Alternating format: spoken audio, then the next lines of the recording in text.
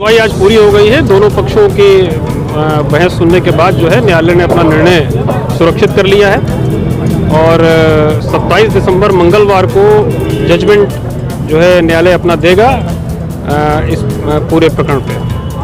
Sir, उसके अलावा कहा जा रहा था कि सरकार ने जो हलफनामा दाखिल किया उसके बाद बहस हुई तो उसमें क्या कुछ रहा आरक्षण को लेकर?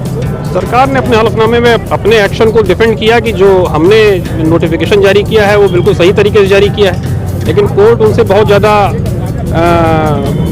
सेटिस्फाइड नहीं थी। कोर्ट का कहना ये था कि जो आप ने ये पूरा आपने एक्सरसाइज करी है इसके लिए आपके पास कोई डेटा नहीं है और बगैर किसी डेटा के आप ये कैसे आप एक्सरसाइज को पूरी कर लिए। और कोर्ट उनसे डेटा मांग रही थी लेकिन सरकार की तरफ से कोई किसी प्रकार का कोई डेटा जो है न्यायालय को के समक्ष प्रस्तुत नहीं किया गया।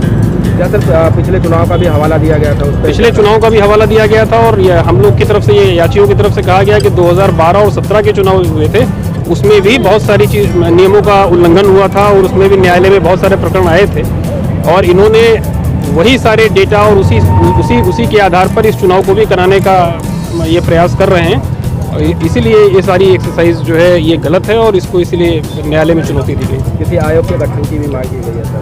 तो आयोग के गठन की बात थी लेकिन कोर्ट न्यायालय किसी आयोग के गठन के लिए आदेशित नहीं कर सकता है। ये विधायिका का काम है, लेजिस्लेशन का काम है, वो अपना खुद तय करेंगे कि कैसे अगर कोई सुप्रीम कोर्ट का जजमेंट है या कोई अगर एक्ट है उसको कैसे वो लागू करेंगे, उसके लिए क्या एक्सरसाइज करनी है, ये लेजिस्लेशन का काम है। इस पर कोर्ट का व्यू क्लियर था कि हम इस संबंध में कोई डायरेक्शन नहीं दे सकते। क्या लग रहा है सर 27 तारीख को जो अब ये हम कैसे बता सकते हैं, न्यायालय का निर्णय जब आएगा तब पता लगेगा। जब तक ये स्टे लगा रहा है तब तक स्टे चलेगा।